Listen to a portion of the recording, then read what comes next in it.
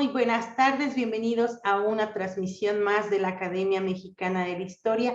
Como siempre es un gusto saludar a todos nuestros asistentes que están pendientes de cada una de nuestras transmisiones y de nuestros ciclos.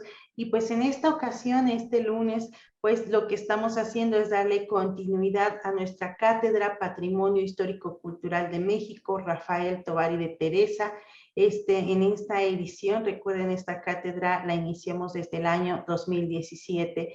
Pues gracias por estar conectados. Saludos a todas las personas en la Ciudad de México, en los distintos estados de la República y los diversos países de América Latina en donde nos escuchan y nos ven. Pues vamos a comenzar hoy, como ustedes ya están viendo aquí en nuestra transmisión. Tenemos la conferencia, pues una de estas conferencias dedicada a este ciclo del doctor Leonardo López Luján, con el tema Los tesoros de la Real Expedición Anticuaria y otras colecciones arqueológicas del ocaso novohispano. Y yo voy a darles una muy breve semblanza, porque va a ser muy breve, sobre el doctor Leonardo López Luján, quien es miembro de número de nuestra Academia Mexicana de la Historia. El doctor realizó la licenciatura en Arqueología en la Escuela Nacional de Antropología e Historia del Instituto Nacional de Antropología e Historia del año 1983 al 1987 en la Ciudad de México, donde fue discípulo del doctor Eduardo Matos Moctezuma, quien dirigió su tesis sobre las ofrendas del Templo Mayor de Tenochtitlán en el año 1990. Y es doctor en arqueología por la Universidad de París. El doctor López Luján fue secretario general de la Sociedad Mexicana de Antropología. Forma parte en Francia del Consejo de Administración de la Sociedad Americanista. Actualmente es investigador número 3 del Sistema Nacional de Investigadores y pues ocupando el sillón número 27 de nuestra academia. Desde los años 80, desde los 8 años de edad, ha participado en diversos proyectos arqueológicos, antropológicos e históricos en las entidades mexicanas de Campeche, Chiapas, Distrito Federal, Guanajuato, Estado de México, Morelos, Quintana Roo y en los Andes ecuatorianos. Sus principales publicaciones han sido traducidas al inglés, el francés, el italiano, el alemán, el rumano, el japonés y el chino.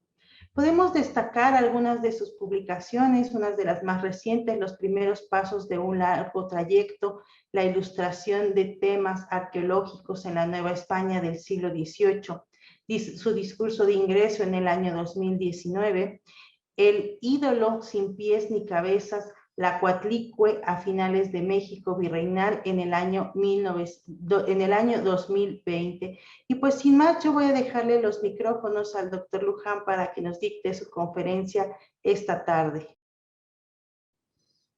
Muchísimas gracias. Muy buenas tardes tengan todas y todos ustedes. Muy buenas tardes tengan todas y todos ustedes. Es un placer estar nuevamente transmitiendo desde la Academia Mexicana de la Historia y tener esta magnífica oportunidad pues de platicar con ustedes acerca de los temas que pues nos interesan a todos nosotros. Quiero obviamente dar las gracias en particular a mi casa, a la Academia Mexicana de la Historia, de la cual soy miembro con muchísimo orgullo desde el año de 2010, y pues a todo su equipo, ¿no? Encabezado sin duda por el doctor Javier García Diego, quien es actualmente su director. ¿No? Doy las gracias sin duda al doctor Rodrigo Martínez Barax, quien ha coordinado esta cátedra, ¿no? Que corresponde este año, la cátedra Rafael Tovar y Teresa. Y también doy las gracias a Yasmín Jimeno, que me ha presentado, y sin duda a Adolfo Ortiz, quien nos acompaña, no lo vemos, pero nos acompaña desde los controles. Es un verdadero placer. En fin, sin más preámbulo, pues voy a compartir con todos ustedes mi presentación, que espero sea del agrado del público. A ver, un minuto. Y aquí quiero comenzar con esta diapositiva. No sé si vean bien esta diapositiva, me dicen que sí, se ve nítidamente. Y como decía mi buena amiga Yasmín Jimeno, la conferencia de hoy se intitula Los tesoros de la Real Expedición Anticuaria y otras colecciones arqueológicas del ocaso novohispano, hoy 9 de agosto, y forma parte de esta cátedra que desde el 2017 se lleva a cabo gracias al apoyo de la Secretaría de Educación Pública y en el contexto de las labores de las tareas de la Academia Mexicana de la Historia, Cátedra 2021 del Patrimonio Histórico Cultural de México, Rafael Tovar y de Teresa, a quien yo siempre pues recuerdo con muchísimo aprecio y con muchísima admiración. Él siempre, como ustedes lo saben, fue un gran gestor cultural, una persona no solo muy ilustrada, sino de amplia iniciativa, ¿no? Como poco sabido en la historia de nuestro país.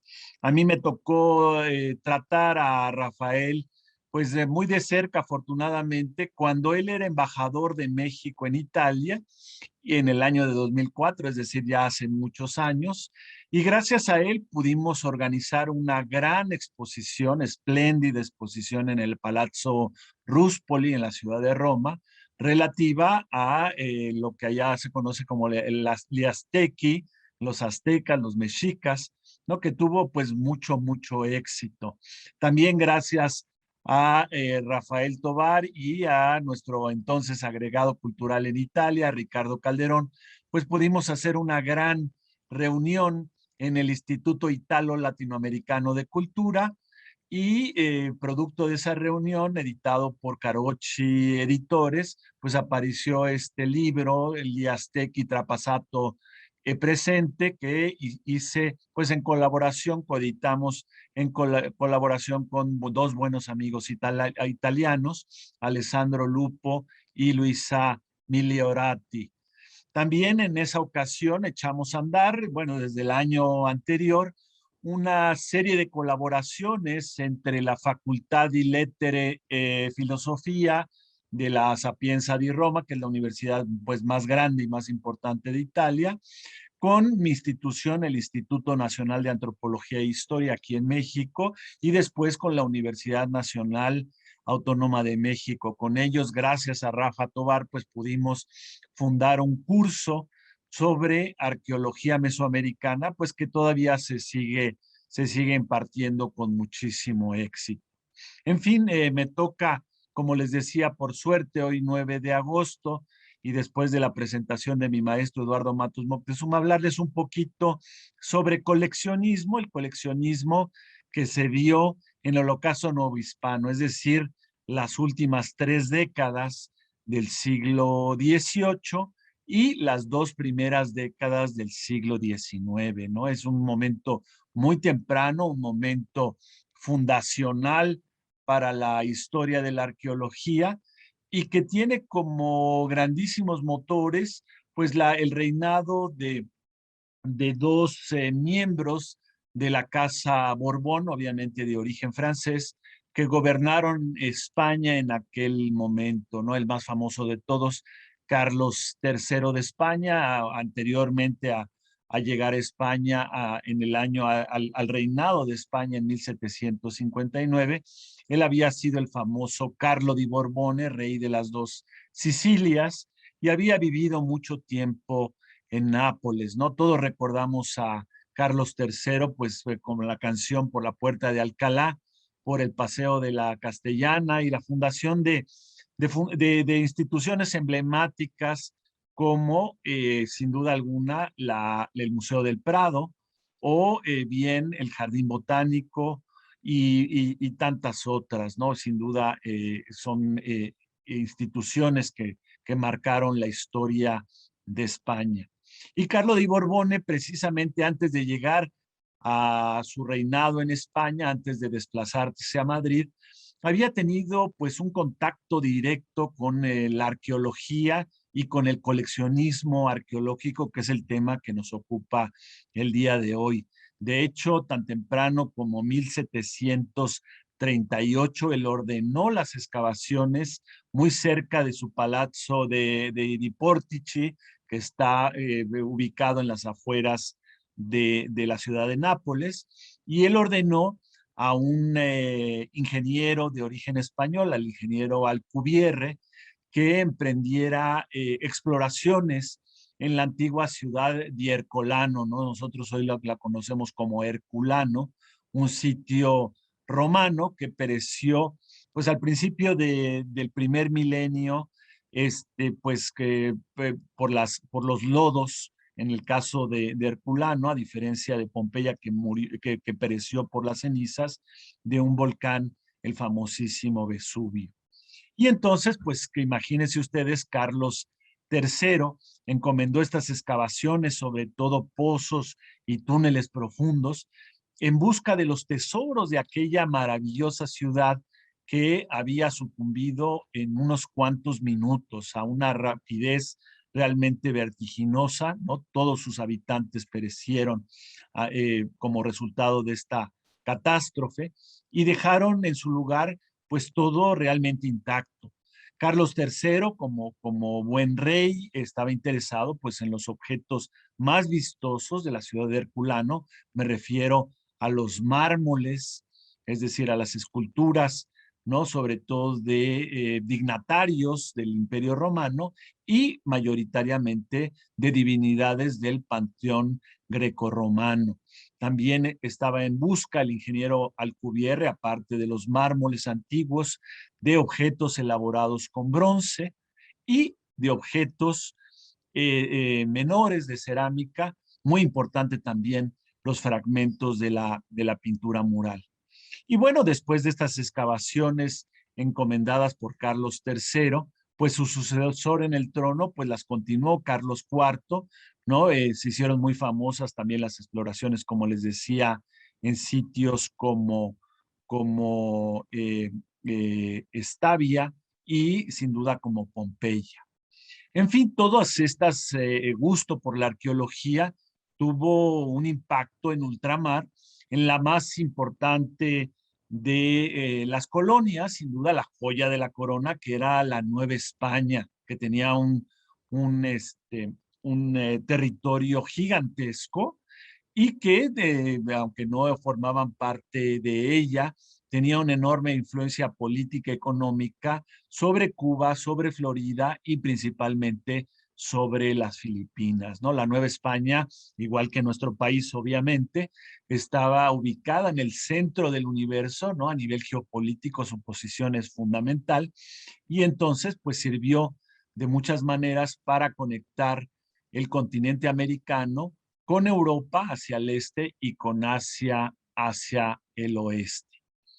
Las publicaciones que hizo Carlos III sobre Herculano y después sobre Pompeya y Estavia, ¿no? Se dieron a conocer en una serie de volúmenes de gran formato que eran regaladas después fueron regalados por la corona española. Y pronto llegaron a las colonias, el caso muy particular de la Ciudad de México, las noticias de esos hallazgos, de esos descubrimientos que se estaban realizando en este puerto de Italia, ¿no? En Herculano. Aquí les muestro del lado derecho una hoja volante que se dio a conocer aquí en la Ciudad de México en 1748 y que hablaba precisamente de esas exploraciones. En los años subsecuentes aparecieron más noticias, de manera que los novohispanos, la gente que vivía en nuestra ciudad, estaban pues prácticamente al día de todos esos descubrimientos. La serie de libros publicados en Nápoles por la Estampería Real de Nápoles llegaron a la Academia de San Carlos muy al poco tiempo, llegaron también a la ciudad de Puebla, me refiero a la Biblioteca Palafoxiana, y por ejemplo en los Estados Unidos llegaron a la biblioteca de un gran amante de la arqueología y que hizo exploraciones en Virginia en 1780. Ustedes saben a quién me refiero, al famoso Jefferson. En fin, en ese momento, en el mundo americano y principalmente en la Nueva España y en la Capitanía General de Guatemala. Todo este interés por la arqueología, pues también se reflejó en exploraciones, al igual que las que tenían lugar allá, como les decía, en la península itálica. En este caso, lo que tenemos son publicaciones, son expediciones, perdón, que se realizaron en sitios como Palenque, ¿no? Las famosas exploraciones de Antonio Calderón, de Antonio Bernasconi y de Antonio del Río. Me refiero a los años de 1784, 85 y 87. El hallazgo fortuito que se hizo de la pirámide de los Nichos en Tajín, muy cerca de Papantla en 1785 también por el cabo Diego Ruiz, la exploración del sitio queretano de época tolteca, que hoy día lleva el nombre del Cerrito, abajo a la izquierda, y luego pues toda una playa de exploraciones, como aquí vemos abajo a la derecha, la del castillo de Mitla, muy cerca de la ciudad de Mitla, en Oaxaca, de la gigantesca ciudad de Teotihuacán, explorada por los malaspinianos, ¿no? Todos los exploradores que venían bajo las órdenes de Malaspina y que en este viaje específico de Teotihuacán llegaron pues comandados por otro Antonio muy importante, Antonio Pineda, un científico de origen guatemalteco. A él le debemos la primera exploración científica en Teotihuacán.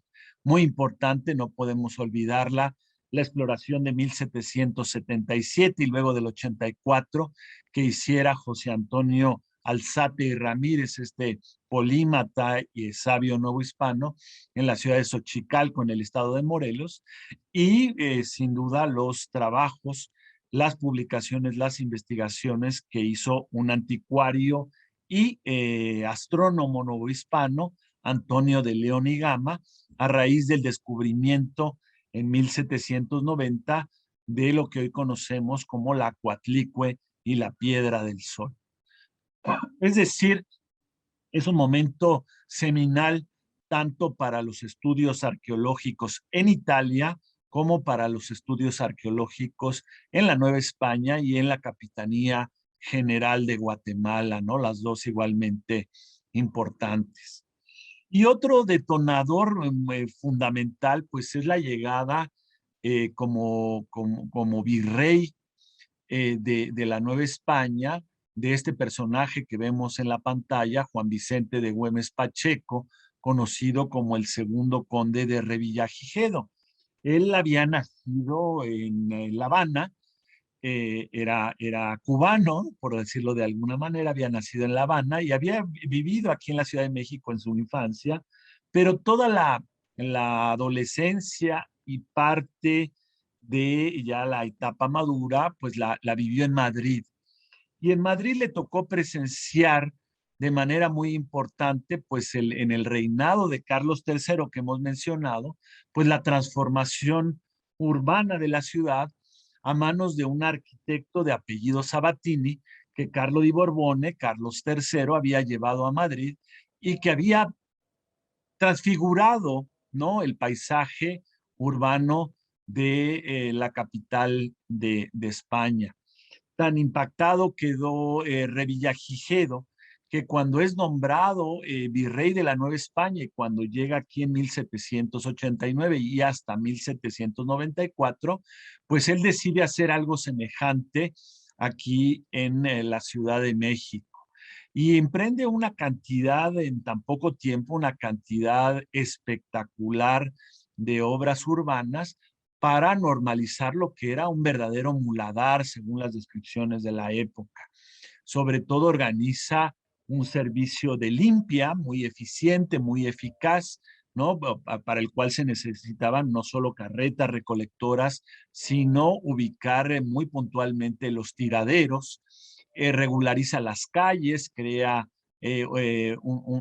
uniformiza las banquetas, instala un alumbrado urbano, le pone letreros a las calles que no existían, a las calles y a las plazas, y también instala atarjeas, agua potable, etcétera, etcétera, ¿no? Tiene un papel pues que es fundamental. Y como ustedes podrán imaginar, pues como consecuencia inesperada, como efecto colateral de todos esos trabajos urbanos, pues empiezan a aparecer objetos arqueológicos. ¿Por qué? Porque la capital de la Nueva España, que entonces tendría entre 170 a 200 mil habitantes, se encontraba exactamente por encima de la capital del Imperio Mexica, de Tenochtitlan y también de Tlatelolco, que en su máximo esplendor también habían tenido 200,000 habitantes en una superficie de 13.5 kilómetros cuadrados. Eso implica que si ustedes van y excavan en el centro histórico de la Ciudad de México, pues donde quiera que metan la pala van a encontrar vestigios muy importantes de la capital mexica, de Mexico Tenochtitlan. Entonces, pues empiezan a aparecer los monumentos.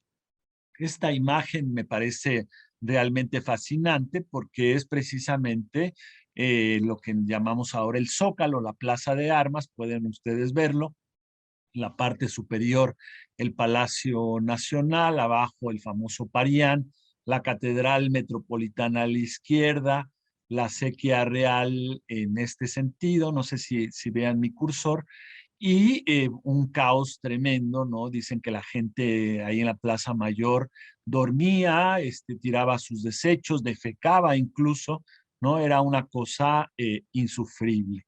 Y gracias a la mano, vean ustedes, de el famosísimo conde de Revillagigedo y de Bernardo Bonavía, que era entonces una suerte de regente, el corregidor de la ciudad, corregidor intendente, pues se pudo quitarle a la Plaza de Armas una joroba, una discontinuidad topográfica que tenía bastante desagradable, se regularizó el atrio de la catedral y se reorganizó el comercio ambulante, que desde entonces era un dolor de cabeza. Y en ese contexto, construyendo dos atarjeas en el ángulo sureste de la catedral, es decir, frente a la puerta de honor, que es la puerta del presidente, ¿no? Aparecieron el 13 de agosto de 1790 la Coatlicue y el 17 de diciembre de ese mismo año la Piedra del Sol. Entonces sucedió algo que era totalmente inusitado y eso nos interesa para efectos del coleccionismo arqueológico. Por primera vez los monumentos, no es la primera vez, pero en esa época se registra ya un aprecio de estas esculturas que son realmente espectaculares, ya no se les veía como piedras del demonio, como testimonios de un culto idolátrico de paganos, sino se les veía ya como testimonios históricos y en algunos casos muchos apreciaron sus cualidades estéticas, lo cual hoy día pues nos parece innegable. La Piedra del Sol, por ejemplo, pues se llevó a empotrar, en otro momento la hubieran destruido, aquí no, se llevó a la torre nueva de la catedral, donde permaneció pues casi un siglo, ¿no? Ahí la ven ustedes ya empotrada en este bellísimo óleo de Hagi, pues donde mucha gente pues la pudo disfrutar. Y la Piedra del Sol en ese sentido no fue excepcional porque por aquel entonces habían aparecido otros monumentos escultóricos prehispánicos de Tenochtitlan, es decir, del posclásico tardío. El posclásico tardío va de 1325 a 1521 aproximadamente. Y entonces estas esculturas emergían a la superficie sobre todo por obras de carácter urbano y cuando aparecían, pues no se les destruía, sino curiosamente se les incorporaba a la arquitectura, ¿no? Ustedes de seguro conocen en la esquina del lado izquierdo de Pino Suárez y República El Salvador, esta bellísima cabeza de serpientes que fue empotrada como piedra esquinera del Palacio de los Condes de Santiago de Calimaya, hoy día Museo de la Ciudad de México, o en la calle de Zapata, del lado derecho, que es la continuación de nuestra calle de Moneda, ¿no? Hacia circuito de circunvalación, este jaguar que afortunadamente está ya en alto, ¿no? Y entonces pues no lo alcanza este amigo que vende jugos en la esquina, ¿no? Está ahí en buen sitio. Luego este me encanta porque está en este restaurante de lujo que se llama el McDonald's, ¿no? Esto es calle de Madero, perdón, Madero, no, es 5 de Mayo y Motolinía, o si claro que es Madero, perdón, Madero y Motolinía. Esta foto es antigua, antes de que se cerrara la circulación.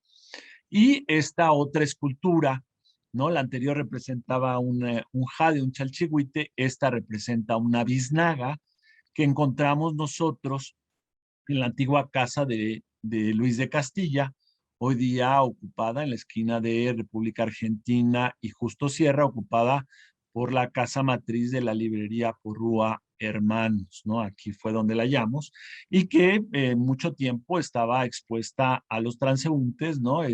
Como piedra esquinera. ¿No? Otro caso pues que ya no subsiste, porque ahí se construyó la Torre Latinoamericana, ¿no? En la intersección de Madero y de San Juan de Letrán, había, dicen, un águila picoteada también de época prehispánica, ¿no? Entonces, en el famosísimo y gigantesco convento de San Francisco, ¿no? Ahí estaba por ahí. En fin, digamos que es el contexto en el cual surge el coleccionismo. Una ciudad, como les decía, efervescente, una ciudad que tenía, pues hay discusión, pero casi los 200,000 habitantes, es decir, la ciudad más poblada y más importante de todo el continente americano, y que era capital, pues de la colonia también más importante de ultramar, ¿no? La Ciudad de México, una ciudad europea muy bien trazada que pues realmente impresionó a los viajeros, no solo por la regularidad y la cantidad de edificios, ¿no? De primer orden, ¿no? Iglesias, conventos, academias y mansiones, obviamente, sino también era impresionante por su vida económica, política y cultural, ¿no? Era la sede, como les decía, de la Nueva España, pero también desde aquí de muchas maneras se regían pues los destinos de las Filipinas. En la Ciudad de México se concentraban las riquezas producto de la explotación minera, del trabajo de las haciendas, y sin duda era un emporio comercial que conectaba, lo repito, pues el comercio, el intercambio de China y las Filipinas con Europa, ¿no? Aquí se podían conseguir pues muy buenas porcelanas y muy buenas sedas, ¿no? Y pues eso también influyó en el mundo cultural, ¿no? Acuérdense que la Ciudad de México desde el siglo XVI era sede de la segunda universidad del continente americano, de la primera imprenta del continente americano, de una pujante casa de moneda, de instituciones como academias, había un ballet, había muchas publicaciones científicas y algunas de carácter periódico, de manera que vivía pues uno de tantos esplendores que ha vivido nuestra ciudad, ¿no? Estoy hablando pues allá entre 1790 y el año de 1800. Y en ese contexto, fíjense ustedes, pues se fundan 3 instituciones, ¿no? En las cuales se exhiben materiales arqueológicos, ¿no? Todos son academias o suerte de museos donde se exhiben estos materiales. Por un lado, la Universidad Real y Pontificia, que estaba en la Plaza del Volador, donde ahora se encuentra la Suprema Corte de Justicia, arriba a la derecha, la Academia de San Carlos, en la calle de Academia y Moneda, y el famoso Gabinete de Historia Natural en la entonces calle de Plateros, hoy conocida como Avenida Madero. En el caso de la primera institución, pues sabemos que desde el hallazgo de la Coatlicue, lo refería yo para el 13 de agosto de 1790, el virrey decidió que allí se llevara a los dominicos el monolito y que estuviera en un rincón del patio, como lo podemos ver en este óleo muy posterior de Gualdi. Y mucho tiempo estuvo ahí exhibido junto con la piedra de Tizoc y poco a poco con otras antigüedades que fueron acumulándose en este lugar. Ya para época de Guadalupe Victoria, del primer presidente de México, en 1825 se funda ahí exactamente nuestro Museo Nacional, que estaría ubicado en este inmueble hasta el Segundo Imperio, es decir, hasta época de Maximiliano. Este sería nuestro primer museo nacional.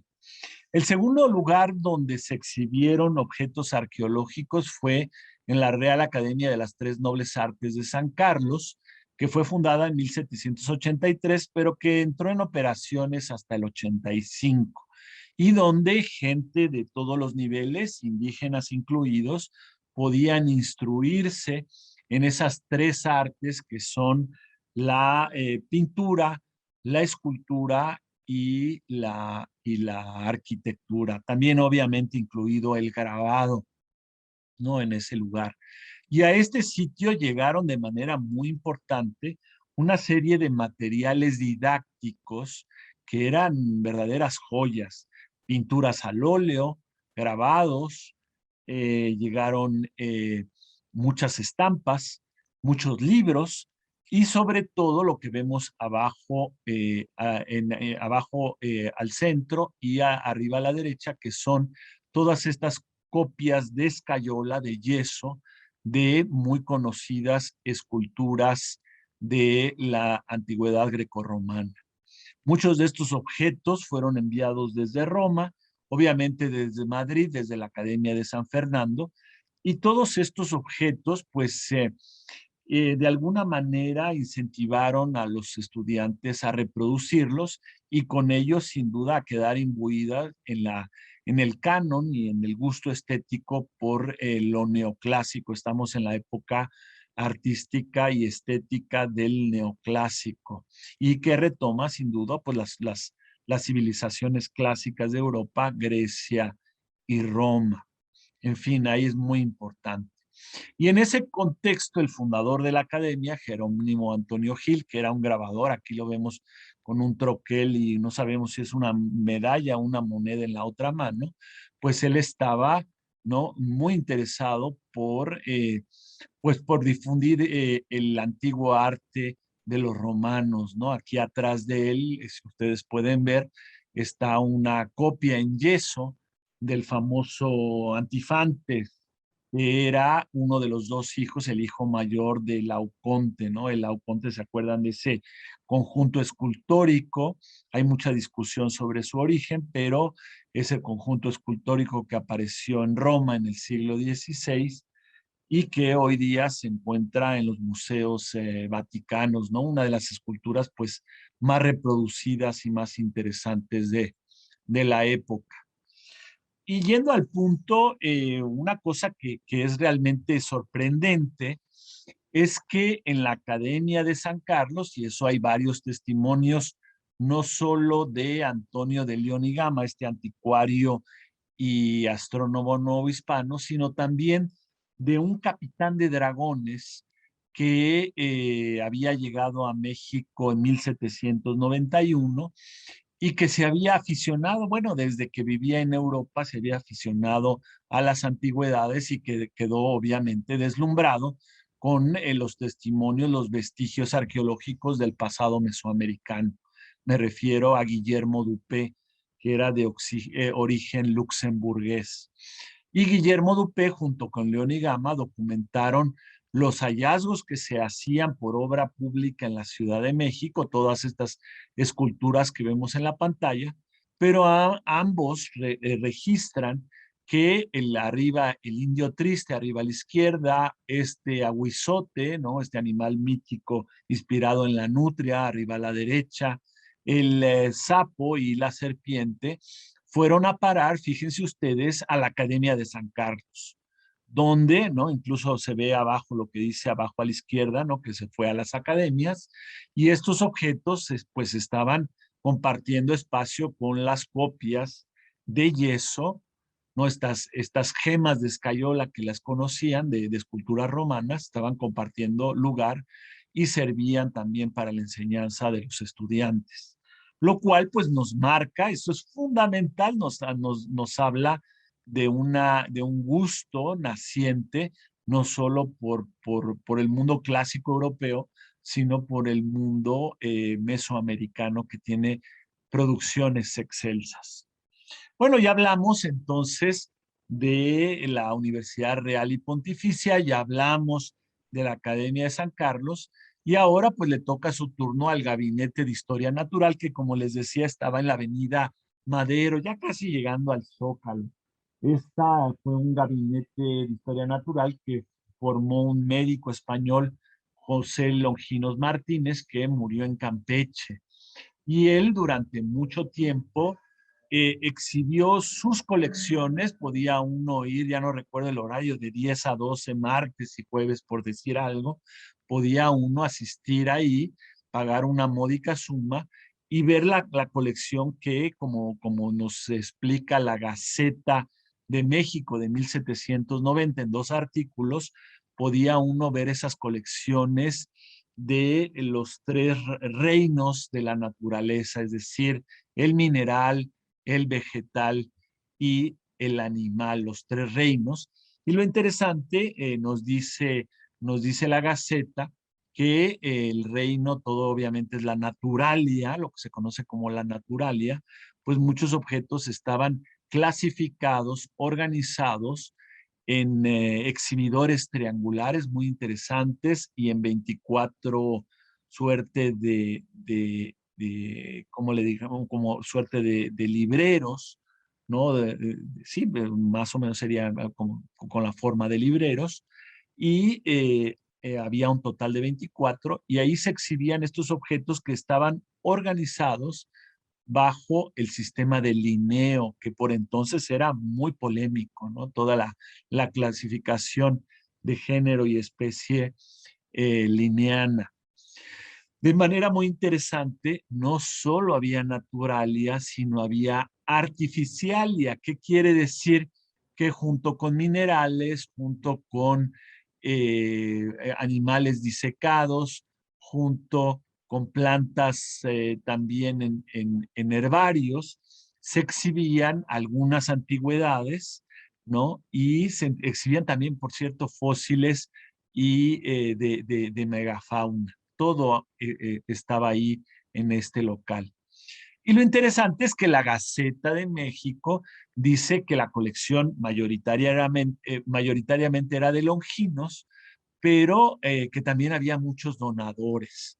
Y por eso los apunté aquí, Bernardo Bonavie Zapata, que era el intendente corregidor de la Ciudad de México, Miguel Páez de la Cadena, superintendente de la Real Aduana, Francisco Fernández, que era de la Real Casa de Moneda, Joseph de Flores, el teniente coronel de los Reales Ejércitos, Ramón de Posada, de la Real Hacienda, Francisco Javier Sarría, de la Lotería, Juan Navarro, de las Alcabalas, de Reales Alcabalas y Pulques, Fausto Elullar, del Tribunal de Minería, Alzate, que ya lo mencionamos, editor de muchas revistas periódicas, entre ellas la más famosa, la Gaceta de Literatura, Juan de Santelices Pablo, que era un buen lingüista, por cierto, del Tribunal de Minas, y finalmente alguien de quien no sabemos nada, sabemos solo que era un coleccionista, que era Joaquín de los Ríos. Es decir, gente pues que ocupaba las altas esferas del gobierno colonial, que eran, ustedes pueden ver, era gente de mucho poder, sin duda de un gran poder adquisitivo también, no solo poder político, y también podemos imaginar que la mayoría eran ilustrados, ¿no? Que era gente de ciencia y de artes, y sin duda alguna todos varones, todos hombres, ¿no? Sabemos que se reunían periódicamente para mostrarse sus colecciones entre ellos y sin duda pues también para hablar de mujeres, para emborracharse, pues para otras actividades propias del género masculino, en fin. Eso es lo que nos dice la Gaceta de Literatura. Sin embargo, si uno empieza a buscar en archivos, en bibliotecas, pues poco a poco podrá uno ir construyendo una lista de coleccionistas que vivían en la ciudad pues más rica y más grande del continente americano, que era pues la Ciudad de México, ¿no? Gente ilustrada, muchos de ellos europeos, muchos de ellos criollos, ¿sí? Que vivían en nuestra ciudad y que hacían estas colecciones que hoy podemos considerar como eclécticas porque tenían, repito, naturalia y artificialia, pero que tenían un profundo valor, ¿no? Entonces, bueno, aquí les voy a ofrecer para los interesados, pues el nombre de algunos coleccionistas, ¿no? Y quiero comenzar con Francisco Antonio Lorenzana, español, que fue arzobispo de la Ciudad de México de 1766 al 72, y que entre sus aficiones tenía el gusto de coleccionar huesos de gigantes, es decir, lo que hoy sabemos que son huesos de fauna pleistocénica, fundamentalmente mamuts, ¿no? Tenía él ejemplares, tenía objetos prehispánicos, decía que odiaba a los ídolos de los dioses prehispánicos, pero tenía cuchillos de sacrificio, y él pasó a la historia porque publicó las cartas de relación de Hernán Cortés en 1780, y dentro de este documento, de este impreso, incluyó las primeras imágenes de lo que estamos viendo al centro de la matrícula de tributos, un documento que es fundamental y que hoy se encuentra en la Biblioteca Nacional de Antropología e Historia. Él después regresó a Toledo y muchos de sus objetos, por cierto, de etnográficos, de indígenas de lo que es hoy los Estados Unidos, o por ejemplo lacas de Michoacán, se encuentran hoy en Madrid en el Museo de América. Otro gran coleccionista, ya hablamos de él, José Antonio Alzate, polímata, sin duda el más universal de nuestros sabios, un tipo presuntuoso, ¿no? Bastante, lo sufrían bastante sus contemporáneos, entre otras cosas porque era amante de la polémica, era un enamorado del debate. Y a todo el mundo pues le discutía y le echaba bronca, ¿no? Entre otros a León y Gama. Y lo interesante es que este señor que exploró, ya lo mencionamos, Xochicalco, ¿no? Él también nos menciona que tenía colecciones, por ejemplo, de megafauna que había encontrado al pie del cerro del Tepeyac, ¿no? Ustedes saben que en la Cuenca de México pues hay muchos mamuts, ahora en este momento están apareciendo muchos en las obras del aeropuerto de Santa Lucía, ¿no? Alzate coleccionaba estos restos, pero también artefactos prehispánicos, y le llamaba, por ejemplo, particularmente la atención artefactos metálicos, por ejemplo, cascabeles y hachas de cobre, que pues eran muy comunes en el posclásico tardío. Otro coleccionista, ya lo mencionamos, compañero de banca en la juventud de Alzate, era Leonigama, y Leonigama, gracias a su publicación, La descripción histórica y cronológica de las dos piedras, que tiene dos partes, pues sabemos que él mismo coleccionó objetos. Y gracias a las descripciones y a los dibujos sabemos, no solo sabemos cuáles son esos objetos, sino dónde fueron a parar 200 años después. Eso a mí me parece fascinante. Por ejemplo, esta serpiente emplumada al centro, arriba, ¿no? Que es gigantesca, que sabemos que era un avance en su zaguán de León y Gama, y que hoy día se encuentra en la sala mexica del Museo Nacional de Antropología. O este objeto que vemos a la derecha, que es un guerrero recostado en la posición clásica de un chacmol, que León y Gama pensaba que era la representación de una mona, de una simia, ¿no? Y que fue a parar por azares del destino al Musée du Quai Branly, se llama, que está en París, que está junto a la Torre Eiffel. Abajo al centro vemos una representación de la diosa del agua, Chalchujtlicue, que fue a parar al Museo Británico en Londres, ¿no? Y así es lo interesante, bueno, para nosotros es como jugar memorama para los arqueólogos, ¿no? Y dice, ¿dónde he visto yo esta pieza? ¿En qué bodega le tomé una fotografía? Y al final, obviamente, nos cuesta mucho trabajo, pero al final logramos hacer la conexión y ver, ¿no? Reconstruir lo que se llama, después de Apadurai, la biografía de los objetos o historia social de los objetos, es decir, dónde fueron a parar y qué usos tienen en la actualidad. Aquí aparece ahora en escena, pues, el capitán de dragones Guillermo Dupé, ya lo mencioné, de Luxemburgo, ¿no? Este es un capitán de dragones, no es Dupé, es un capitán de dragones de la Nueva España. Y él visitó cuando era joven, fíjense ustedes, él había estado en Italia, estuvo en Roma, donde dibujó muchas antigüedades egipcias, ¿no? Le llamó, se conservan dibujos del famoso obelisco de San Juan de Letrán, de los leones que están en el Capitolio y de otros monumentos que le llamaron mucho la atención.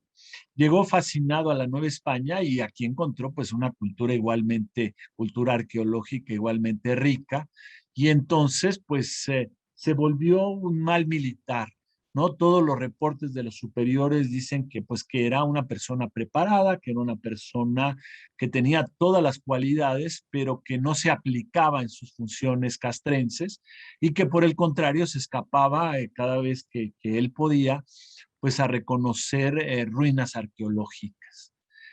Dupé no era un gran coleccionista, pero hizo lo que se acostumbraba en aquella época, que era hacer cajoncitos. ¿Qué son cajoncitos? Bueno, pues es un mueble que tiene muchos receptáculos pequeños en los cuales él ponía pues muestras de las antigüedades, pequeñas cabecitas, tepalcates, puntas de flecha, figurillas, fragmentos de muro, y él iba poco a poco pues sumando piezas a sus cajoncitos, y lo interesante es que ya no se conservan ni las cajoneras, ni los cajones, ni los objetos que estaban en su interior, pero en la Biblioteca Nacional de Antropología e Historia, es decir, allá en Chapultepec, se guardan aún estos papelitos, cada uno de los cuales estaban en los cajones. ¿Y qué es lo que dicen estos papelitos? Pues describen los objetos, ¿no? Dónde los encontró, quién se los dio, qué características tenían. Por decir un caso, arriba al centro, esta tachuela de piedra, especie de pórfido gris y de una sola pieza, la encontró García Conde en el Camino Nuevo de Veracruz a Jalapa, ¿no? Entonces ahí nos dice quién se la dio, cómo es y dónde apareció, ¿no? Es muy interesante todo lo que anotó Dupé. Y lo interesante es que el mismo Dupé era pésimo dibujante, nunca aprendió en la juventud en Luxemburgo música, parece que era un buen intérprete, que incluso dio clases aquí a la hija del virrey, del virrey Iturrigaray, pero no tenía educación plástica. Y entonces, pues hizo unos dibujos realmente espantosos, pero lo interesante, como el de arriba a la izquierda, pero lo interesante es que son feos, pero lo suficientemente precisos para que nosotros, los arqueólogos, pues podamos entender de a qué pieza se refiere. Y en esta lámina, en esta diapositiva de PowerPoint, lo que les estoy mostrando son los objetos que eran de la propiedad personal del gabinete particular de Guillermo Dupé, que vivía en la calle de 16 de septiembre. Él coleccionó, por ejemplo, esta cabeza de Chalchujtlicue, que era diosa del agua, arriba a la izquierda, que hoy está en la Sala Mexica del Museo de Antropología. O fue el propietario de este dios viejo como Mr. Magoo, ciego y desdentado, que está al centro, que hoy día está en el Museo de las Culturas de Basilea, en Suiza. O fue también propietario de la diosa del agua, abajo a la derecha, que se encuentra hoy día en el Museo Británico. Es decir, hemos seguido las pistas de los objetos de su colección y pues sabemos dónde se encuentra. Otro gran coleccionista también de origen español, Vicente Cervantes, que viene aquí a la Nueva España como parte de la expedición botánica de Martín Cecé y que de inmediato al llegar a la Nueva España era una persona no solo cultísima, sino muy activa, pues se dedica de cuerpo y alma ya no a la expedición, sino a fundar el Jardín Botánico en terrenos de lo que hoy es el Palacio Nacional. Y también no solo el Jardín Botánico, sino en la universidad, la primera cátedra de botánica. De él, por suerte, arriba a la izquierda, todavía se conservan sus herbarios. Imagínense el valor científico de estos herbarios del siglo XVIII, que son propiedad de la UNAM, y se conservan los dibujos de Dupé, que como les decía son bastante feitos, pero que nos dice, miren, estas eran las piezas que coleccionó Vicente Cervantes. ¿Por qué? Porque todos ellos estaban en contacto, todos estaban en relación, ¿no? Por ejemplo, abajo esta cabecita de piedra verde que está en París, o arriba a la derecha vemos, arriba al centro, perdón, una imagen de Chipetotec, ¿no? Esta divinidad tan peculiar de mesoamericana, y al lado un frasco de vidrio que dice frasco con los huevos que se sacaron de los pechos de una mujer, ¿no? Tal vez tumores, tal vez ganglios, según me explican los doctores, ¿no? Que él coleccionaba, pues como platicábamos, ¿no? En estos gabinetes eclécticos de naturalia y artificial. Otro coleccionista, pues más o menos importante, Alexander von Humboldt, ustedes saben que hizo un periplo por el continente americano, de las posesiones españolas, y que una de los últimos puntos que visitó fue la Nueva España, estuvo pues prácticamente 12 meses en 1803 y 1804, buena parte en esta ciudad, en la Ciudad de México, donde hizo acopio pues de todo el conocimiento de la inteligencia local, ¿no? Dicen que era una buena aspiradora, Humboldt era una persona especialmente sabia, pero mucho de lo que aprendió y de lo que publicó era lo que habían descubierto los novohispanos, ¿no? Y obviamente también los sabios de la Nueva Granada, del Virreinato del Perú, etcétera.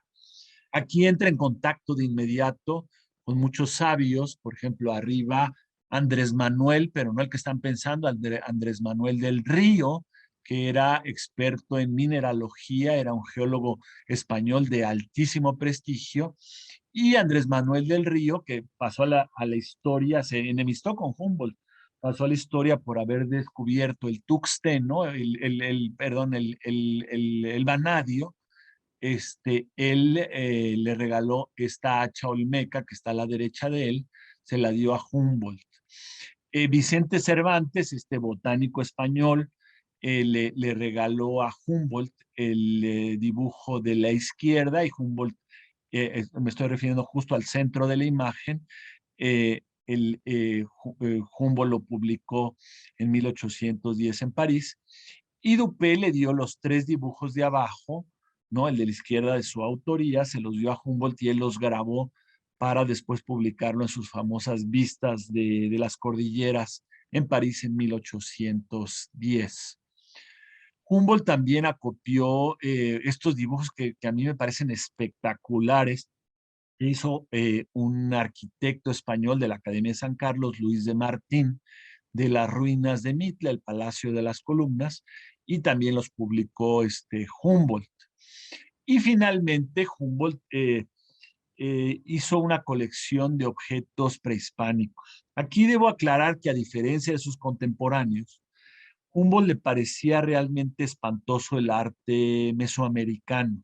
Decía que era un arte propio de pueblos semibárbaros y que delataba no decía así en la evolución, pero delataba que se encontraban y cito textualmente, en la infancia del arte.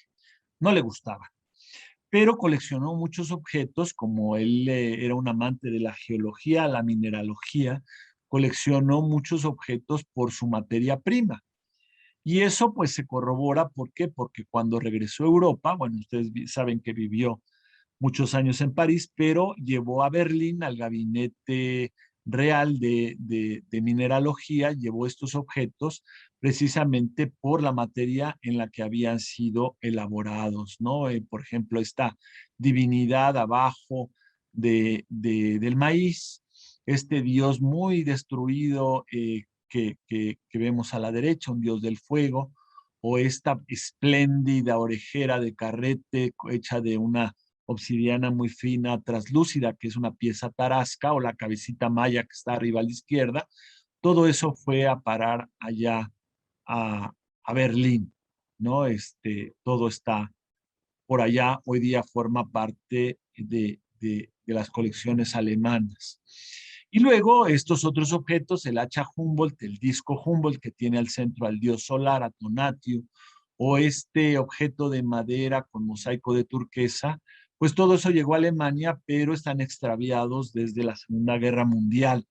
Hay quien dice que pudieran estar en algún repositorio en Rusia, pero lo cierto es que, pues, que no han aparecido desde 1945, ¿no? Y yo dudo que aparezcan, si no es que fueron destruidos.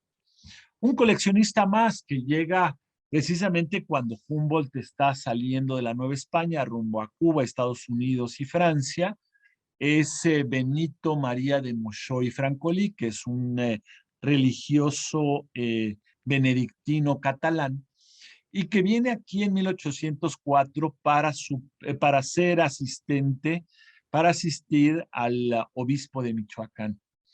Con la infortuna que al poco tiempo de haber llegado muere el obispo de Michoacán y queda en un compás de espera, en un stand-by, ¿no? Esperando, ¿no? Que lo nombren, que le den otra ocupación, ¿no? A la postre, en 1805, lo nombrarán arzobispo de Charcas, ¿no? Lo que hoy es actualmente la ciudad de Sucre, en Bolivia, y hacia allá se va. Pero en el año que está aquí en México escribe las celebérrimas cartas mexicanas. Les recomiendo mucho su lectura. Una edición la hizo el Fondo de Cultura Económica, ¿no? Y es un documento espléndido porque nos habla de sus vivencias y describe sus colecciones arqueológicas que dibujó Dupe y que para las cartas mexicanas hizo acuarelas, un profesor de la Academia de San Carlos, que era Rafael Jimeno y Planes, que era un valenciano. Después fueron grabadas allá en Bolivia, ¿no? Fueron redibujadas, perdón, y finalmente grabadas para ser publicadas en Génova, muchos años después de la muerte de don Benito. El más grande de todos los coleccionistas privados de la Nueva España era este señor, que era oidor obviamente de la Real Audiencia, el oidor Ciriaco González Carvajal, de origen sevillano, y que digamos que en su primera etapa fue nombrado oidor de la Audiencia de Manila, donde comenzó a hacer colecciones sobre todo malacológicas, es decir, de moluscos, conchas, caracoles y otros moluscos, y también parece que le interesaban los nidarios, es decir, los corales. De ahí es nombrado oidor de la Nueva España, aquí en la Ciudad de México, y empieza a hacer una colección que ya es de carácter arqueológico, ¿no? Por ejemplo, este espejo, dice aquí este dibujo de Dupé, espejo de Moctezuma, es un espejo de obsidiana que era de su propiedad, o arriba a la derecha, aunque ustedes no lo crean porque el dibujo es bastante feo, una máscara de Teotihuacán. ¿Sí? Aquí vemos otras piezas, ¿no? Que él coleccionó, esta espléndida serpiente de cascabel, ¿sí? O esta imagen de un ser semidescarnado, ¿no? Que es realmente espectacular. Y como pueden ver ustedes, todas estas piezas, las piezas de Don Ciriaco, pues cuando él se va de la Nueva España en 1809, pues se va de la Nueva España y regresa a Sevilla, donde tiene una vida cultural y política muy activa, ¿no? Entre otras cosas, funda ya la lotería. Y eh, pues tiene amigos coleccionistas, entre ellos la familia Wetherell, que eran unos ingleses que vivían en Sevilla, que se dedicaban al negocio de la piel, a la talabartería. Y don Ciriaco intenta primero venderle sus colecciones pues a los museos del rey de España, pero no les interesa, ¿no? Dicen los minerales no nos interesan, las conchas y los caracoles no nos interesan, y mucho menos todas estas creaciones de los indígenas. Entonces, quien aprovecha la circunstancia que había coleccionado muchos objetos romanos, pues es Juanito John Wetherell, que se hace de la colección en 1942 y que a los pocos años, cuando regresa a Inglaterra, se la vende al Museo Británico. Entonces, por eso hoy día toda esta colección espléndida se encuentra allá en Londres. Inclusive objetos no solo arqueológicos, sino etnográficos, como el que vemos a la derecha, es una máscara. Acuérdense que desde la Nueva España se hicieron grandes expediciones hacia lo que ahora es la Columbia Británica en Canadá y hacia Alaska, ¿no? Todo desde el puerto de Acapulco y desde el puerto de San Blas se hizo, de manera que muchos objetos que se intercambiaban con los grupos indígenas de las costas del noroeste continental, pues llegaron a la Nueva España y formaron parte aquí en la Ciudad de México y en Guadalajara de las colecciones locales. Por ejemplo, esta máscara y estos palitos de juego, pues hoy día se encuentran en Londres, pero tienen que imaginar que formaron parte de una colección de la Ciudad de México. Otros objetos que se rescataron de Don Ciriaco, pues están hoy en el Museo Histórico Minero, y me refiero a los minerales, que eso sí, al final los donó la viuda. Y después, bueno, tenemos, gracias a Dupe, esto lo paso rápidamente, colecciones que se hicieron ya después de la independencia. Es un periodo que ya no estamos tratando aquí en esta charla, pero que ya andaban en circulación en la Nueva España del ocaso colonial, ¿no? Por ejemplo, estos que coleccionó este showman británico William Bullock, que estuvo aquí en 1823 y que hizo la primera exposición sobre México ahí en el Egyptian Hall. Es un edificio que ya no existe, fue demolido, estaba en Piccadilly, y ahí hizo una gran exposición, la vemos abajo al centro, sobre México antiguo y moderno.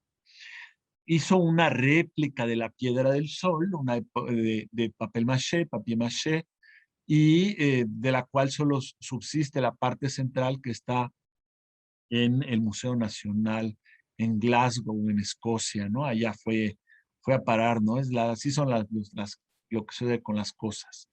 Y estos dos objetos que compró con su propio dinero Bullock, aquí ya en el México independiente, en 1823, un Xochipilli, el dios de, como dicen mis alumnos, sex, drugs and rock and roll, el dios de la música, de la danza, del sexo y bueno, de otras actividades que hoy diríamos lúdicas, y la serpiente de fuego que está a la derecha, ¿no? Ambas están en el British Museum en Londres. Otra colección importante ya de los primeros años del México independiente, la del comerciante suizo Lucas Vischer, ¿no? Que está en Basilea, o la de otro comerciante muy importante, alemán en este caso, Karl Ude, que estuvo en aquellos mismos años y que se hizo de estos objetos que ahora están en el famosísimo y flamante Foro Humboldt en la ciudad de Berlín.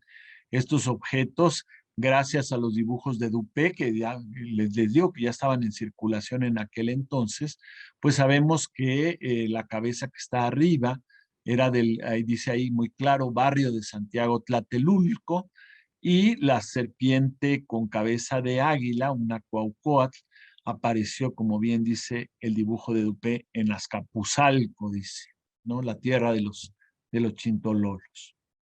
En fin, después de haber hecho este rapidísimo recorrido, lo que nos damos cuenta es que pues, se formaron muchas colecciones que afortunadamente muchos de esos objetos se conservan, pero en buena medida no en nuestro país, no en México, sino en Europa y en menor medida en los Estados Unidos.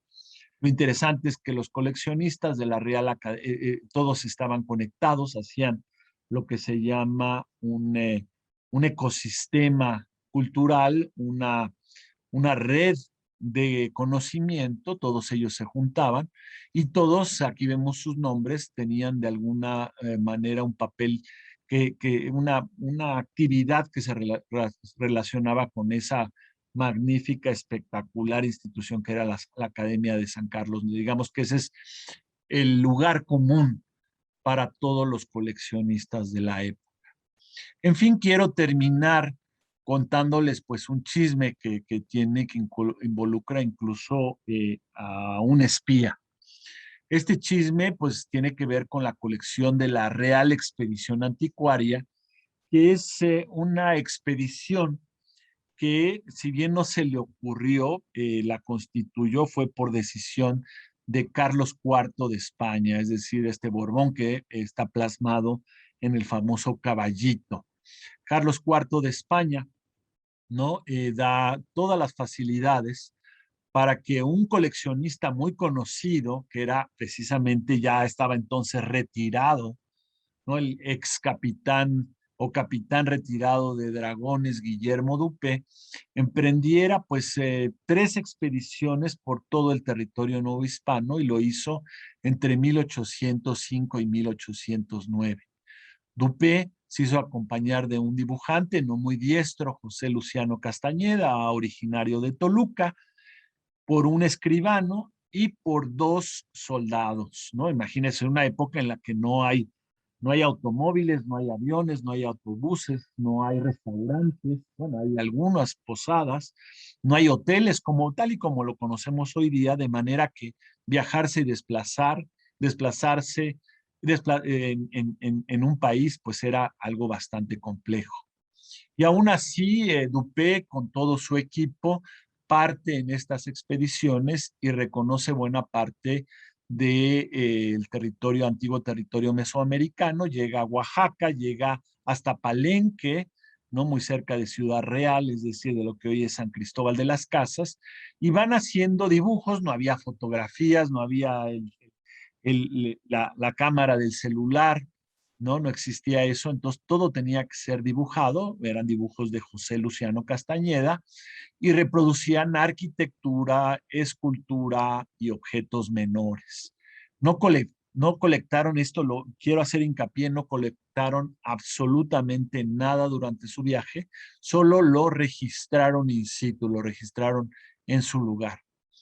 ¿Cuál es el drama? Que, bueno, pues que ustedes saben que España fue invadida por los ejércitos napoleónicos, por José Bonaparte, el famoso Pepe Botella, hermano del gran Napoleón. Y a partir de entonces, pues hay cambio radical, no solo, pues no hay toda una modificación tremenda de la vida en España y en las colonias. Voy a cerrar la ventana, perdón un minuto.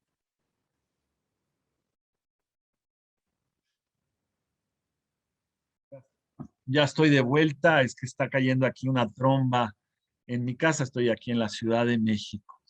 Y entonces, como les decía, pues España es invadida y se acaban obviamente los dineros y por desgracia la Real Expedición Anticuaria pues queda truncada. No solo no se hacen más expediciones, se tenían programadas muchas más, sino que no se pasan en limpio ni las notas ni los dibujos de la segunda y la tercera expedición. Eso solo sucede con la primera expedición. en 1809, entonces que se queda suspendido totalmente este trabajo y Dupé pues cae enfermo, pasa muy malos años en la pobreza, al igual que su dibujante José Luciano Castañeda. Dupé muere en 1818 y entonces lo que sucede es que quien se hace cargo de todas sus propiedades es Fausto de Lullar, ya lo mencionamos, que era el director del Tribunal de Minas y después del Seminario de Minas. Era pues también un gran intelectual, un gran coleccionista, y él hizo el descubrimiento del wolframio, de otro elemento de la tabla periódica, ¿no? De la tabla química. Eh, lo interesante es que el Ullar, como albacea testamentario, pues hace inventarios de lo que había en casa de Dupé y hace una separación entre lo que eran los objetos, las propiedades privadas de Dupé, es decir, lo que era producto de lo que se llaman sus correrías particulares, sus expediciones individuales, y por otro lado, pues hace la separación de todo lo que pertenecía a la corona española, es decir, todos los dibujos y las notas de la Real Expedición Anticuaria, como era normal. Entonces, con estos inventarios, pues él logra, pues, separar estos dos cúmulos importantes de la herencia de Dupé. ¿Qué sucede? Bueno, pues que el Ullar pues le dice al virrey, el último virrey de la Nueva España, Juan José Ruiz de Apodaca, él le tocó ya la independencia, le dice que pues que ha muerto Dupé, que ya va a entregar a la corona lo que es de la corona y que lo que sería prudente sería pasar en limpio los dibujos y los informes de la segunda y tercera expediciones, ¿no? Eso fue lo que le comentó, ¿sí? Eh, a Juan, no sé si fue a Ruiz de Apodaca o fue al propio Lullar, pero la cuestión, lo interesante de esta historia es que los dos dijeron, bueno, si tenemos los listados de los objetos que ellos vieron durante la expedición anticuaria, ¿por qué no mandamos a recogerlos a los lugares donde los vieron y hacer una gran colección para la corona española? Y así sucedió esto en el año de 1819 y el año de 1820, es decir, ya es el final del periodo colonial.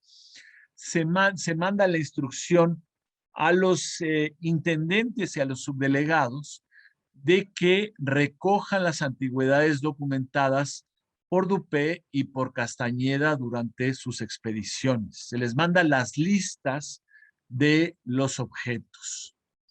Y es así como no solo les dicen, miren, en este pueblo que está, ¿no?, dentro de su intendencia, Dupé y Castañeda registraron este sapo que vemos a la derecha y queremos que no lo envíen.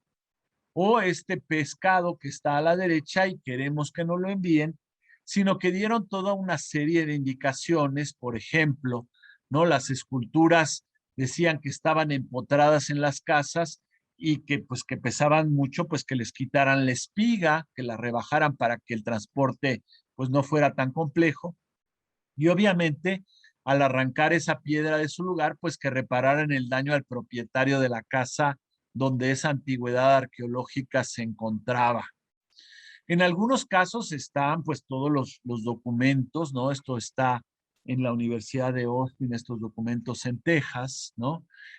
Se dice que pues que ya esta medalla, por ejemplo, que registraron, sin duda ya colonial, que registraron Dupé y Castañeda, pues que ya se la habían robado, entonces que no podían enviar nada. O en el caso de este monolito de Huaquechula, de Puebla, ¿no?, que es una escultura gigantesca, pues que no había medio humano, para enviarla a la Ciudad de México, pues porque estaba muy, muy pesada y eso representaría un enorme esfuerzo. Lo importante es que casi todos los objetos documentados por Dupey Castañeda fueron recolectados por órdenes de Ruiz de Apodaca y se llevaron a una bodega del Real Seminario de Minas, de nuestro actual Palacio de Minería, donde estuvieron pues almacenados muchos años. Y en ese momento, pues ustedes saben la historia, México se independiza en 1821 y se funda el Museo Nacional. Ya les decía, Guadalupe Victoria, nuestro primer presidente, funda ese museo, ¿sí? Lo curioso y lo que realmente impresionante es que los objetos no fueron a parar, los objetos de la Real Expedición Anticuaria no fueron a parar al Museo Nacional. La verdad no sabemos cómo sucedió, pero sí sabemos qué sucedió. Y lo que sucedió es que el dibujante José Luciano Castañeda fue al Seminario de Minas y los sustrajo a nuestro actual Palacio de Minería. Se los llevó y se apropió de ellos. José Luciano Castañeda vivía entonces pues en medio pues de una profunda crisis económica, muy pobre, ¿no? Se dedicaba a hacer copias de los dibujos de la Real Expedición para luego venderlos y pues un poco mantenerse de ello.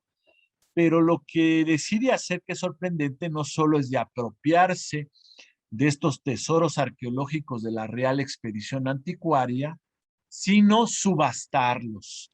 En la Ciudad de México, en el año de 1824, José Luciano Castañeda, yo decía oriundo de Toluca, exalumno y pensionario de la Academia de San Carlos, organiza una subasta en la cual participaron, sabemos, varios ingleses, presumimos que eran mineros ingleses, ¿no? En 1824, a 3 años de la independencia, pero quien más pujó y quien hizo la mejor oferta fue este señor Latour Allard, que era un ciudadano francés que había nacido en la ciudad de Nueva Orleans. Curiosamente, él estaba de paso por la Ciudad de México y él se hizo de todos los objetos de la Real Expedición Anticuaria. No solo se hizo de ellos, los compró como resultado de la subasta, sino que los embarcó en una fragata Leclerc y los llevó hasta el puerto de Bordeaux, de Burdeos, en Francia. Esto ya en 1825. Y se sabe exactamente todo lo que subió a esa embarcación y todo lo que llegó a Francia, pues porque él mismo hizo inventarios y luego se hicieron dibujos. Lo curioso es que llega a Latour Allard, ¿no? A Francia, y lo que trata de hacer de inmediato es venderlos. Hace ofertas a diestra y siniestra, se hace el anuncio en la prensa local de que él estaba tratando de vender estos objetos mesoamericanos y los ofrece Latour Allard, fíjense ustedes, al rey de Francia a 200,000 francos. No hay opiniones negativas. Humboldt ya estaba allá entonces en París. Tanto Humboldt como Champollion, quien descifró la escritura jeroglífica egipcia, dijeron que eran objetos que no tenían ninguna cualidad estética, ¿no? Los despreciaban ellos. Y entonces el rey de Francia pues dijo, yo no voy a comprar esto a 200,000, ni a 120,000, ni a 60,000, que eran los precios a los cuales poco a poco se fue bajando Latour Allard. En ese instante, ¿no? Sebastián Camacho, que era nuestro embajador ante Inglaterra, se entera de que se está ofreciendo esta colección y notifica al gobierno de México. El gobierno de México comisiona entonces a un espía, a Tomás Murphy, que era un malagueño de origen irlandés, que había vivido mucho tiempo en la Nueva España y que era representante de México. Lo comisiona para ir a París y hacerse pasar pues por una persona, un coleccionista interesado en adquirir la colección que ofertaba Latour Allard. En la Secretaría de Relaciones Exteriores, aquí en Tlatelolco, está todo el expediente de los comunicados entre Sebastián Camacho y Tomás Murphy. Y la cuestión es que le dicen, bueno, Tomás, tú ofrece dinero, lo compras para el gobierno de México, pero dile a Latour Allard que eso no le pertenece a él, no le pertenecía a Castañeda, que Castañeda lo vendió ilícitamente y así podemos obtener un precio bajo. Y Murphy dijo, no puedo hacer eso porque en realidad esta colección, si somos claros con la legislación internacional, no le pertenece a México, sino a la corona española, porque ella fue la que mandó recuperarla. Entonces, si yo hago esto, se va a enterar el gobierno de España y vamos a perder la colección. En fin, ya de ahí termina el expediente de Relaciones Exteriores. No sabemos qué pasa al final. Bueno, sí sabemos, lo inferimos. ¿Por qué? Porque no compra Murphy, no compra, perdón, el Latour Allard no le vende los objetos al gobierno de México. ¿Qué es lo que hace Latour Allard? Pues llevaba dibujos de la expedición también y se los vende a Lord Kingsborough, Edward King, quien los publica en Inglaterra, ¿no? Estos son los dibujos que él publica en Inglaterra, ¿no? Ahí están las notas, ¿no? Vean esta bellísima serpiente, ¿no? ¿Y qué sucede? Pues imagínense ustedes que Latour Allard, ya desesperado porque el rey de Francia no le compraba la colección y los ingleses tampoco se interesaban en ellas, pues la malbarata, imagínense, había pedido 200,000 francos, la malbarata a 6,000 francos con un vecino de apellido Melnot. No sabemos qué pasa con Latour Allard, debe haber muerto, ya tenía edad avanzada, pero sí sabemos que Melnot, lo que son las cosas, le vende todas las piezas que había comprado por nada, por esos 6,000 francos, se los vende al rey de España, al rey de Francia, ¿no? Todo se lo vende al rey de Francia y es así como la colección de objetos de la Real Expedición Anticuaria llega al Palacio del Louvre en 1850. En ese año de 1850 se funda en el Louvre, en una sala del Louvre, ahí vemos la ilustración, el Musée des Antiquités Mexicaines, que era el Museo de las Antigüedades Mexicanas, y el año siguiente se expande ese museo y se hace el Museo de las Antigüedades Americanas. Mucho tiempo, todos los objetos mesoamericanos están ahí en París, en el Palacio del Louvre. Luego los objetos no son valorados lo suficiente y se van con los objetos etnográficos al recientemente creado en 1878 Museo de Etnografía del Trocadero, ¿no? Que primero era un edificio neomorisco y después en 1937 se transformó en lo que ahora se conoce como el Palais Chaillot, que es de estilo Art Deco, que está justo enfrente de la Torre Eiffel. Ahí es donde yo estuve trabajando en las bodegas del Museo del Hombre a principios de este milenio y yo tomé esta foto de abajo a la derecha, ¿no? Y así es como estaban todos los objetos de la Real Expedición Anticuaria embodegados ahí en el Palais Chaillot. ¿Qué sucede? Pues ya en época de Chirac se construye un nuevo museo justo del otro lado del río, junto a la torre, un proyecto de Jean Nouvel, y se le llama el Museo du Quai Branly, que es el Museo del Muelle Branly. Branly es el inventor del telégrafo inalámbrico, así se llama el muelle donde está el edificio, y ahí es donde va a parar toda esta colección de la Real Expedición Anticuaria. Es decir, uno no, la gran moraleja de esta historia es que uno nunca sabe, pues, para quién trabaja. Los objetos, repito, fueron registrados en todo el territorio mesoamericano en texto e imagen por Dupé y Castañeda, después los subasta en una coyuntura política, en un vacío de poder, Luciano Castañeda, los compra un ciudadano francés, tratan de ser vendidos al rey de Francia, luego a los ingleses, y al final sí los compra el rey de Francia, y eso explica por qué hoy se encuentran ahí sobre el río Sena, donde ustedes pues podrán disfrutarlos. También en el año 2006, mi colega Marie-France Fauvé Berthelot y un servidor hicimos este catálogo donde pues se habla de esta y otras colecciones arqueológicas mexicanas que actualmente se encuentran en París.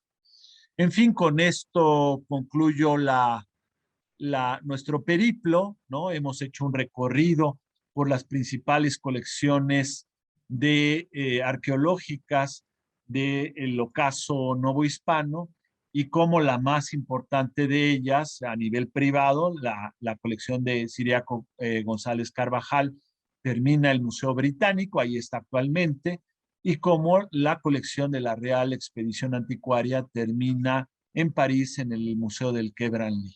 En fin, muchísimas gracias y quedo a la espera, por favor, de si hay alguna pregunta que contestar, con muchísimo placer. Muchas gracias.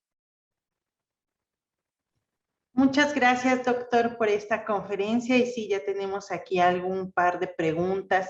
Vamos a juntar dos que creo que están relacionadas para ir dándoles lectura. Y así que también les recuerdo que aún pueden hacer sus comentarios, sus preguntas en nuestra transmisión y que pues iremos dándoles lectura aquí poco a poco.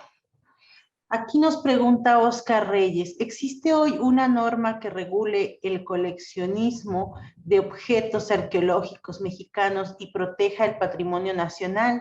Y Adriana Cecilia pregunta, ¿a partir de qué fecha o evento hubo alguna regulación para evitar el saqueo de piezas de nuestro país por coleccionistas privados? Esas preguntas son sumamente pertinentes y es algo, bueno, me extendí mucho, pido una disculpa. Yo le comentaba a mi amiga Yasmín Jimeno que hoy no me iba a tardar mucho y al final me tardé muchísimo. Y lo que quiero comentar es que muy temprano México, en el contexto de las naciones, en el contexto internacional, desarrolló una legislación que impedía la exportación de su patrimonio arqueológico. Y esa legislación data de noviembre, anoten esto, noviembre de 1827. Es decir, la colección que se llevó la Lar y que subastó Castañeda salió apenas justo antes de que esto fuera un delito. Pero después de 1827, todos los objetos que han salido de este país lo han hecho de manera ilícita. Obviamente ha habido muchas regulaciones, muchas legislaciones, muchas exenciones y permisos de exportación, eso hay que decirlo, oficiales, ¿no? Pero desde entonces, tan temprano como noviembre del 27, 1827, está prohibido. Y hoy no solo está prohibida la exportación de objetos arqueológicos, sino que hay toda una reglamentación muy puntual, muy clara, de quién puede poseer objetos arqueológicos, ¿no? Un ciudadano como ustedes o como yo no, porque trabajo en el INAH, pero ustedes pueden poseer objetos arqueológicos, todos los objetos son propiedad de la nación, son propiedad del pueblo de México, pero ustedes pueden resguardarlos en casa. La gran obligación es darlos de alta en registro arqueológico del INAH. Hay todo un procedimiento que no es tan complicado. Mandan un perito, se hace todo un inventario, se fechan, se autentifican y ustedes pueden conservarlos, ¿no? Siempre y cuando estén registrados y siempre y cuando ustedes se comprometan a protegerlos, a preservarlos para las generaciones futuras. Ustedes obviamente adquieren un compromiso. Lo que no pueden, son poseedores, pero no propietarios, no pueden enajenarlos, no los pueden regalar, no los pueden vender, y menos aún no los pueden sacar del país. Bien, pues vamos con un par de preguntas más. Dice José Gor, ¿usted tiene algún objeto preferido entre los que ha encontrado en las excavaciones del Templo Mayor, que por supuesto considere un tesoro entre los tesoros? Bueno, yo creo que nosotros estamos curados de eso porque todos los días, a toda hora, convivimos con objetos prehispánicos que son propiedad del pueblo de México, ¿no? Muchas veces no me preguntan eso, sino qué objetos tengo en mi casa, ¿no? Y obviamente yo tengo muchos objetos en el laboratorio, en la bodega, en el museo, todos los días los manipulo, lo tenemos que hacer con mucho cuidado porque, bueno, son objetos frágiles, pero soy honesto, no me gustaría tenerlos en casa, ¿no? En mi mesa de centro o colgados de un muro, ¿no? Me parecería terrible. ¿Por qué? Bueno, pues porque me recordaría mi trabajo y en mi casa pues más bien estoy descansando, estoy haciendo otras actividades, ¿no? Es decir, no soy coleccionista. Todos somos coleccionistas, pero yo de nada realmente que sea arqueológico. Ahora, de lo que yo he encontrado, pues siempre hay cosas, pues que le traen uno buenos recuerdos, ¿no? En particular, por decir algo, las esculturas de Mictlantecutli, del dios de la muerte, que encontramos en el 94, o una escultura de mármol teotihuacana, que es espectacular, que mide más de 1 metro de altura. Yo creo que ahora ya está en el Museo Nacional de Antropología y que se le bautizó en su momento como el Chilihuili, y le pusieron eso porque nosotros le ponemos, esto es obviamente a nivel de broma, el nombre de la persona que lo encuentra, y lo halló, en realidad no lo hallé yo, sino un trabajador que estaba conmigo, que era el maestro Eliseo, y su apodo era el Chilihuili, entonces pues así se le llama esa escultura, y me trae muy buenos recuerdos, pero sí, insisto, yo nunca tendría un objeto arqueológico en casa. Bien, acá nos pregunta Odette Colunga, doctor Luján, ¿cómo averiguó usted el paradero actual de todos esos valiosos objetos arqueológicos de la cultura mexicana? Bueno, eso es algo que, como les decía, uno juega, ¿no? Todas las profesiones tienen esa dimensión lúdica y yo jugaba al memorama, ¿no? Pues tal dibujo, tal descripción, ¿no? Que yo leí, me recuerda a tal o cual objeto que yo vi cuando fui a dar una conferencia a Berlín y que me invitaron a ver las bodegas del museo. Pues ahí lo encontré. O tal otro cuando, ¿no? Y fue a un congreso o cuando fui a trabajar a tal lugar, pues va uno tomando fotos, haciendo dibujos, ¿no? Y poco a poco va haciendo la conexión de esto, ¿no? Es un trabajo pues muy paulatino, muy gradual y muy laborioso. Y ahorita pues yo se los dije todo esto en poco más de 1 hora, pero pues son investigaciones de muchos años, ¿no? Por fortuna, bueno, yo estudié, como dijo Jasmine, yo estudié en Francia y entonces voy allá de manera más o menos frecuente y pues me invitaron a hacer este catálogo que les mostré al final. Y entonces estuve trabajando mucho en las bodegas y allá pues fue donde me familiaricé con los objetos, ¿no? Entonces pues sí es un trabajo de muchos años. Muy bien, pues de esta forma, doctor Luján, llegamos a la parte final ya de nuestra conferencia esta tarde. Muchas gracias por haber estado con nosotros en nuestro ciclo, que ya también es una muy bonita costumbre en la Academia Mexicana de la Historia. Pues quisiera dar las gracias, ¿no? A Adolfo Ortiz, que nos apoyó en los controles, ¿no? A Yasmín Jimeno por la conducción de esta conferencia y sin duda, pues a todos ustedes que nos acompañan fielmente aquí en la Academia Mexicana de la Historia, ¿no? Esta, saben ustedes, es su casa, aunque sea remota, sea virtual en estos tiempos de pandemia, pero siempre son bienvenidos. Y recordarles, si ustedes tienen en casa algún objeto arqueológico, no solo hay que cuidarlo muy bien, hay que preservarlo, no es algo ilegal, pero sí hay que darlo de alta ante las autoridades correspondientes del INAH. Ustedes pueden ingresar a la página web del Instituto Nacional de Antropología e Historia y ahí toda se señala el procedimiento para que ustedes puedan regularizar la colección que a partir de ese momento estará bajo su resguardo, que pues siempre es un placer, ¿no? Hacerse cargo de lo que es el patrimonio de todos los mexicanos. Muchas gracias y hasta la próxima. Que tengan muy buena tarde. Así es, que tengan muy buena tarde y les recordamos que los esperamos el próximo mes para dar continuidad a este ciclo de conferencias, nuestra Cátedra Patrimonio Histórico Cultural de México, Rafael Tovar y de Teresa.